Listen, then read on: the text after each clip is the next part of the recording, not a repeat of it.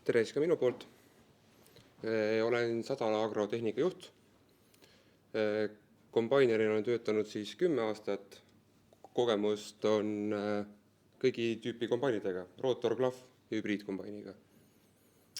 Meil Sadala agros kanepi koristuspind varieerub, aga enamasti on ta meil ikkagi siin alla 1000 hektari, 800 hektarit umbes praegu. Ja põhisordiks on meil Estika. Aga siis ongi, et millise kombainiga oleks kõige parem minna meil kanepi koristama. Meie kogemuste põhjal ütleme, et selleks on klahvkombain. Ta on kõige töökindlam, kuna kanep on väga kiuline ja ta suudab igale poole ennast ümber mässida, mis tekitab väga palju pahandusi tehnikas. Siis klahvkombainil on, nagu joonisjärgi näha, on liikuvaid, pöörlevaid osi vähem.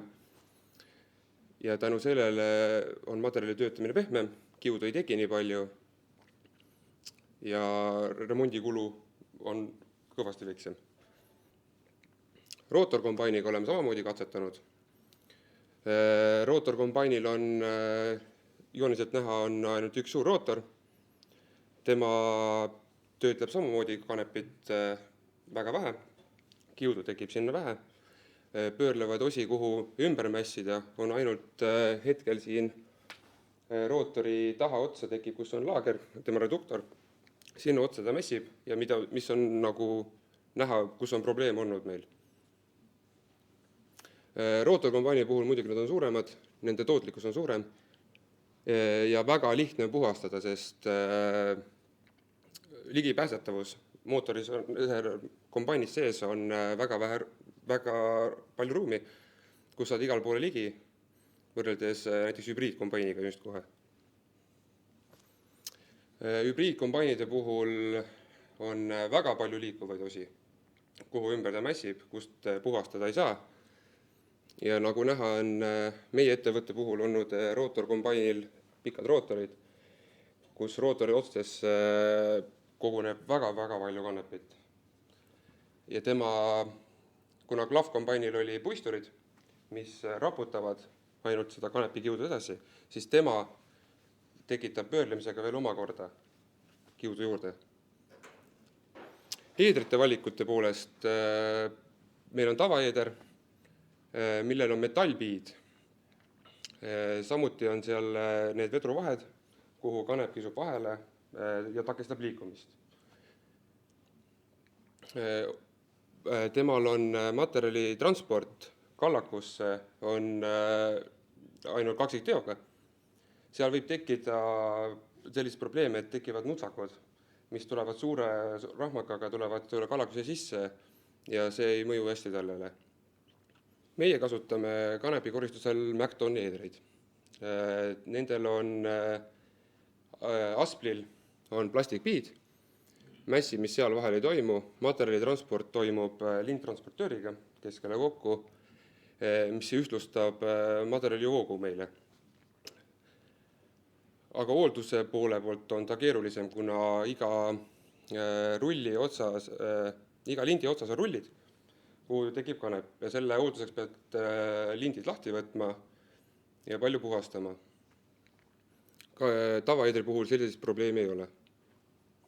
Mactoniga eelis on muidugi see, et kui temal on omakorda nurga muutmine, temaga ma saan minna kõrgemale, kui on kanep väga kõrgeks läinud.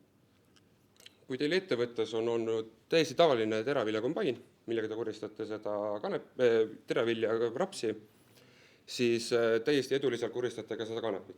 Lihtsalt väikesed, mitte väga palju raha nõudvad lisad tuleks juurde teha. Meie tavaeedril, et vältida metallpiid ümber mässimist, oleme kasutanud plastiktorusid, kus ta libiseb lihtsalt sealt ilusti mööda ja ummistusi seal ei teki. Kombainidele esisilla all oleb käigukast ja poolteljad. Me kaitseme ümarate plekkidega, et kui on kanepi kõrg, me niidame ikkagi kõrgelt. Et ta libiseks sealt läbi, et ei oleks kuskilt võimalik kaasa haarata. Sest kanepil on, kui ta isegi see varres, mis meil on, ta haarab seal poolteljele kaasa, tekitab väga suure ketramise seal ja sellega ei lõpe just kõige paremini see. Hüdrovoolikutele samamoodi, isegi kui see detail kombaini küljes ta lihtsalt on paigal, aga kanep, ta suudab sinna ennast ümber ronida. Et me üritame ka seda kaitsta, et ei tekiks selliseid probleeme. Puhastamine on väga tähtis, see on kõige tähtsam asi üldse. Et kuna meie koristuspäevad on tegelikult koristusaken on väga lühikene meil, me saame koristama minna peale lõunat kell 1-2, jah, ja koristusaeg lõpeb meil siin kuskil 8-9 aeg, siis see hommikune aeg, kui sa tuled hommikul 8 juba tööle, sa pead seda maksimaalselt ära kasutama, sa pead oma kombaini tundma ja sa pead leidma kõik need kohad üles, kuhu võib kanep meile sinna vahele ronida. Ja siis selleks ongi, et me oleme ise mõelnud välja, et puhastame konksudega, kuna laagrite ümbrud saad kiukaupa näita üksaval kätte ilusti, et puhastada kõik puhtaks. Siin olen välja toonud enda kogemuse põhjal mõned näpunäited, et koristada nii kõrgelt kui võimalik, aga samas nii palju, kuni kõige madalam taim lubab, et saada ka kõik kanep kätte meile, et ei tekiks koristuskadusid. Tähtis on kindlasti meil teravvikat lõikemehhanism, et ei tekiks meil kakkumist, vaid pigem ongi ühtlane üks lõige. Kombaini liikumiskiiruse puhul ei ole mingid kuldsed reeglid, et mis kiirusega me koristame, kõik õllud oleme erinevad, aga ongi see, et vältida selliseid hunnikute tekkimisi eedrile, me peame tagama kiirusega leidma sellise ühtlase materjalivoo meil. Trumli kiirus, kanep ei soovi väga palju töötlemist, kuna ta tuleb väga kergelt lahti, täpselt samuti nagu raps.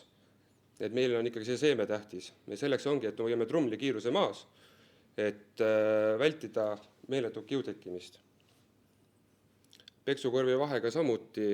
Peksukorvi vahe tuleb hoida nii suur kui võimalik, et vältida katkise tera tekkimist. Ütleme siis tuuleseaded, sõelaseaded, alguspunktiks on väga hea võtta raps. Ta on samuti õlikultuur, seeme on väikene ja kergesti lendluv, et tuul hoida pigem maas. Et kuna kanep on väga hea umbrohutõrje ja siis umbrohtudega probleemi kanepi põllul ei ole. Et siis tänu sellele saab tuule kaasa hoida. Meie paneme kogu kanepi koristusel, kogu põhk, mis tekib, läheb meil vaalu. Et me väldime põhupurustit, kuna seal on peenikesed terad, mille ümber tekitab suure kanepi kogu. Et meie oleme kasutanud vaalu ja kevadel me kasutame selle, vaalutame kokku ja läheb pakkidesse. Kuiva ilmaga koristada kindlasti, kanepil ei tohi lasta ka väga üle valmida, et ei tekiks see kiud väga kõvaks. Puhastamisel endiselt see on väga tähtis, et kui sa tunned, et kombainil tekib probleeme kuskil, et kui on midagi võõrast, siis tuleb kindlasti üle kontrollida kõik kohad, kus võib olla kanepi ümber. Kindlasti tasub küsida nõu ja abi kolleegide käest, inimeste käest, kes on kanepit juba koristanud varem. Et päris mütsiga lööma ei tasu minna, nagu iga koristuselgi põhimõtteliselt. Miks meie kasvatame kanepit? Selleks on meil ka kaasas ettevõtte omanik. Äkki oskab veel täpsemalt rääkida, miks meie seda teeme? Ongi, et pikendab koristuskonveierit. Ta on kõige viimane kultuur, mis valmib peale uba. Tema koristusaeg on meil oktoobris, septembri lõpp oktoober. Oleme jõudnud ka novembrisse koristusega. Kõik see põhk me oleme kasutanud allapanuks. Kevadel kokku kogume, et kui ta üle talve seisab kanepivarres, ta läheb pehmemaks ja teda on ju veel parem töödelda. Keskkonnasõbralik kultuur juba selles mõtteski, et peale külvikut meie enam seda põldu ei puudu enne, kui me lähme sinna koristama. et taimekaitset meie ei tee, väetist kasutame ainult külvikuga koos. Kanepiga kasvatame sellistel põldudel, kus tavakultuurid meil ei kasva, kus ei anna head saaki, et me kasutame ka ära need maad. Ta on väga kiire kasvuga, ta surub hästi maha umbrohud.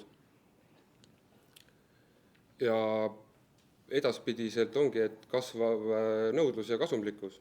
Et nagu näemegi ehitustööstuses, et seda põhku saame samuti edasi kasutada lisaks seemnele kasutusele. Siin on mõned näited elust enesest. Siin alumisel pildil on hübriidkombaini rootor, mis ei olnud just kõige toredam sealt. Et siin on sellised mõned näited, kuhu ta võib ümber mässida.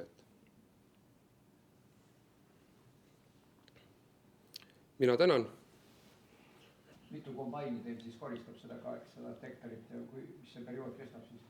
Meie oleme koristanud 3 kombainiga ja periood ongi meil umbes 6 aega. Nii, ma tahaks öelda, et ma lubasin alla veel, et me teeme väikse diskussiooni selles mõttes, et võib-olla inimesed siin, kes on kombainid ise, teavad, mida võib-olla küsida. Palun need küsimused siis ära küsida, läheme siis ettekandes natuke tagasi hästi spetsiifiliseks või kes ei oska spetsiifiliselt koristamise kohta küsida, siis nendele proovime ise pakkuda selliseid vastuseid, mis eeldatavalt meie arvates need probleemsed kohad on. Et kõige esimesena võib-olla sa lähedki tagasi nende, miks seda kasvatada on ju, et me tegime siia ühe sellise näite, et kui me läheme koristama siin kanepit, mis on kõige viimane kultuur, siis me kasutame kombaine pikemalt. Mitte just see ei ole oluline, et me neid kombaine tingimata kasutaks, vaid kasutaksime niimoodi, et me saame täiendavalt kultuuri koristada, mis toob ettevõttele siis tulu. Ja kanepi olulisus logistiliselt on väga, ütleme, selline tähtis, sellepärast, et me saame sama tulu nagu teraviljat või suurema tulu, sest kulud on väiksemad, aga toodangu maht on palju väiksem. Ehk tegelikult kogu see kuivatus, kogu transport, kogu see on palju väiksem. Ehk lihtne arvestus. Me tegime enda sellise baasi näitel, võite teha 100 hektari, võite teha 10 hektariga, aga põhimõtteliselt on, miks see kanep üldse meile külvikorda tuli, oli see, et olid teatud kuivatusvõimsused, laovõimsused, oli vaja tulusid suurendada, aga kulusid suurendada ei tahtnud. Ja selle tõttu, et kui panna 1000 hektarit täiendavat teravilja maha, oleks pidanud tegema siis kuivatusvõimsust looma umbes 6000 tonnile, umbes 6000 tonni kultuuri koristuseks on vaja transporti, veokeid, ladusid, absoluutselt kõike. Pluss siis selle sama 6000 tonni saamiseks, see 1000 hektarit tuleb vähemalt umbes 4 korda tuleb taimekaitsetöid teha, umbes 3 korda väetada ja kõike muid töid.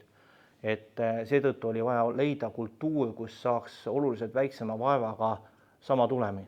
Ja kui me vaatame siin umbes saagikussektorit, 1 tonn võetud kanepile hea arvestada, niisul on võetud 6 tonni. Miks see 6 tonni oli see, et üle-eelmine aasta oli meil teatud põllumassiividel siis kanep ja sellele järgnes siis vedelsõnnik ja järgnes siis suvinisu. Ja suvinisu saak oligi umbes 6,1 tonni hektarilt. Allar ise ka koristas oma brigaadi seda, et tegelikult ja näide ongi, et kuidas 1000 hektari kohta võid saada saaki 1000 tonni või 6000 tonni ja kui me lööme selle sama numbri siis autokoormatesse, siis me saame 40 koormat autokoormat teravilja või saaki või siis 240 koormat, kui suur see vahe on nii käitluse kui kuivatuse mõttes. Ja teisipidi, kui me lööme selle üle lihtsalt rahalisse numbrisse, siis 1000 tonni kanepit maksab umbes 1,8 miljonit ja 6000 tonni nisu maksab umbes 1,2 miljonit. Et need suurusjärgud on tähtis endale kalkulatsioonis alati ära teha, sest see näitab, milliseid muid lisavahendid on sul vaja, kui sa tahad sellist kogust käidelda. Et see on 6 korda suurem kogus, aga rahaline käive on hoopis väiksem. Et see on selline oluline aspekt. see on tava või mahe? See kanep on praegu maheda näitel, maheda hinna näitel tehtud, on ju. Tavakanepi hind on umbes 1200–1300 eurot, aga tavakanepi saak on ka suurem. Teil on tava. Meil on nii tava kui mahedat. Otse. Mahedat on võib-olla kuskil 70% on tavakanepit, mis on seemneks olnud umbes 20%. Kui te nüüd paneksite sinna võrdlusse veel mahenisu ka, siis see pilt läks veel paremaks. Jaa, mahenisuga läheb kindlasti pilt paremaks, aga ma arvan, et seda, et ka mahenisu saagikus on umbes eelmise aasta baasil oleks olnud umbes 2,5 tonni. Jah, käitluskogus on väiksem, aga mahenisu hind on suht sarnane tavanisu hinnaga, et see ei klapi kokku. Mida veel sealt koristusest tuua? Võib-olla kellelgi on küsimus? Ja, kas see põhk on ka teil tulu poole peal või kulu poole peal? Seal slaididel oli, et kevadel koristate põhgu ära. Jah. Allapanuks. Ütleme nii, et põhk on, jah, me eelmine kevad koristasime päris olulisel hulgal põhku, oleme ka ennem seda teinud selliseks katseks, et kuhu me põhku siis kasutame. Ja miks me seda kevadel koristame? Allav just ütles seda, et me laseme selle kombaini poolt läbi pekstud põhuvaalu just selle tehnilisel põhjusel, et kombainiga seda hekseldada on suur kütusekulu ja väga suur umistuste oht. Et siis ei saa enam probleemiks mitte kombaini esimene ots, vaid kombaini tagumine ots, mis seda umistab. Selle tõttu laseme selle vaalu, sügis siis ja talv siis leotab selle läbi ja see muutub tehniliselt töödeldavaks. Nüüd tehniliselt saab teda töödelda siis tavalise vaalutiga, millega me vaalutame selle põhu kokku ja pakime see suur 40 pakkidesse, millega ta siis muutub põhimõtteliselt potentsiaalseks ehitusmaterjali toimeks. Kui seda ei ole, siis ta muutub potentsiaalseks allapanuks loomadele. Et 2 sellist nagu asja. Tegelikult on see õige kasutada ehitusmaterjaliks ehk viia dekortiseerimisliini peale ja sellest tuleb siis kanepiluu ja kanepikiud, mis omakorda on siis toormed siis ehitusmaterjali tööstusele ja seda saaks siis teha siis niimoodi, et põllumees toodab nii seemet, kui ta toodab siis kiudu. Kas teil on vahet põhu suhtes, et mahemaa või tavamaa? Mahemaal kasvanud põhk võib sisaldada rohkem võõrosiseid ehk võõraid kultuure, kui see kanepi kasvu kiirus algul ei ole piisavalt suur, et ta suruks umbrood alla. Kui tegemist on turbamullaga, siis tavaliselt on nii, et kanepile ükski teine kultuur konkurentsi ei suuda pakkuda, kuna kanep tarbib väga hästi turbamullas sisalduvat vaba lämmastikku ja suudab selle hästi kiiresti omastada ja panna oma kasvu kiirusse. Aga sügisel sõkkub segamini ka? Väga vähe. Me oleme kasutanud väga palju lintide ja kombaini, et Ja roomikompainid. Ja roomikompainid, et selle mõttes väga ei sõkku segamini. Aga selles mõttes mahedas jätate ka ikkagi põhu maha ja on variant jätta põhk maha ja kevadel siis minna tavalise randaaliga peale, mis peenestab seda siis oluliselt, ja siis sa saad täiendavalt ka mulda töödelda ilma, et sa peaks selle põhu ära koristama. See mahedas on natukene mineraalmaadel see biomassi osakaalu väiksem. Kas teil on ka pigem nagu paalse või kas teil on ka tõtsakad põllu peal või teil on, et kui te selle vaalu panete, et ma mõtlen seda pressimist, et päris Ennem selle pressiminekut kasutame vaalutajat. Kuna kevadel on teda võimalik rohkem töödelda, ta on pehmem, talv otsa seisnud, siis kõigepealt läheb vaalutaja ja siis see ühtlustab juba vaalu iseenesest. Ja mille pärast ma ütlesin ka, et kombaini kiirus tähendab seda samuti, et see materjali voog oleks ühtlane. See kombaini kiirus on? Kanepit me koristasime 7-8 keskelt läbi. See kevadine vaalutamine, et kas seal seda mullakogu või segamist ei ole või? See oht võib mingil määral olla turbamullal, see oht pigem on minimaalne, sellepärast et see kevadel, kuna me siis vaalutama me läheme selle ajal, põllud on piisavalt kuivad, et nii-öelda selle kulutpõletamise ajal, ehk see kohe varsti tuleb, kui on võib-olla mingid öökülmad ja siis tulevad sellised märtsi lõpu, aprilli tuulised ilmad, mis on suht kuivad, kuivatavad maad ja sama hästi nad kuivatavad ka seda põhku. ja isegi kui see põhk vaalutada natukene niiskemana, siis vaalus ta jääb õhku ja ta kuivab päris kähku läbi. Ja selle tõttu umbes 1-2 päeva, võib-olla 3 päeva laseme kuivada ja siis läheb pakipäris peale. Et see on selline, seda ei ole väga pikalt, seda mõnikord on nädal aega, seda aega, mõnikord on natuke pikemalt, mõnikord vähemalt. Mida lühem see aeg on, seda parem põllumehele, sest niiskus sajab ja see annab kultuuridele õige kasvuhoo. Et see on selline, aga kasutame selle aja lihtsalt ära. See annab lisasaaki teil ka palju? Ütleme nii, et maheda puhul on ülitähtis eelviljad, et eelvili oleks selline, mis annaks toitained. Selleni me jõuame pärast selle kasvatuse osas ka, aga tavatingimustes sobib väga hästi näiteks mingi odrapõhine selline toitainetega väetamine, et selles mõttes alla 100 N kindlasti, et siin eelnevalt oli toodud üle 100 N, siis pigem seda ei ole vaja, sest see kasvatab liigselt biomassi, aga seemnele väga palju juurde ei anna. Kui tegemist on kiukanepiga, siis on hoopis teine lugu. See tehnoloogia on hoopis teistsugune. Me pigem ei künna, jah. Me ei künna üldse peaaegu maad. Aga see ei kehti maheda puhul peab kündma. Meil ei ole muid vahendeid umbõust lahti saamiseks. Te vaalutate põhimõtteliselt siis nabani seda vart, mis seisab veel kevadel püsti, eks ole? Just. Ja lihtsalt Täpselt. vaalutaja tõmbab selle sealt juurepiirist lahti. Täpselt. Ja vaalutajat ei ummista. Jah, põhimõtteliselt Ta on talv otsa seisnud, siis ta ongi pehmem ja see vaalutaja kõrgelt võtta, siis ta nagu põhimõtteliselt murrab sealt omakorda veel madalamaks. Põhimõtteliselt, kui te kevadel lähete, praegu isegi lähete kanepipõllule, siis jalaga niimoodi lööte, siis lööte põhuvaalu kokku. Et ta väga kergesti murdub. See juba talvel läheb. Jah, täpselt. Et see on see leotumusprotsess nagu liinaleolgi liinaaugus oli. Et jah. Huvitav, et keegi küsi kombaini heerite, millised plastiktorus see on need kollased, huvitav, et keegi küsi selliseid küsimusi. Meil oleks sel ajal küll väga huvitavalt teada, kui me ise neid asju katsetasime. Need vanemad klaasikombainid kasutatakse ju ka.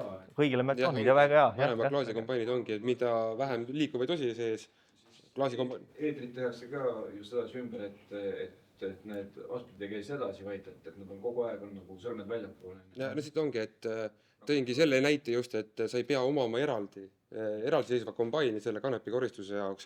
Meie kombainidega me koristame kõiki teisi kultuure ka, lihtsalt mõned täiustused, mida me enne kanepikoristust lisame. Just selle mõttega, et mitte ma ei pea omama, ja kui ma soovin kanepi kasvatada, ma ei pea ostma omal eraldi kombaini.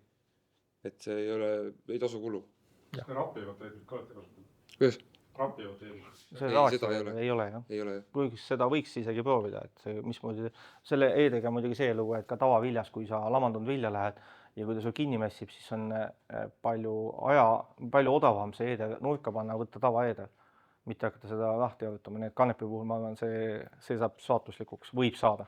Selline küsimus. Vahel olete jäänud saagist ilma ka mõni aasta?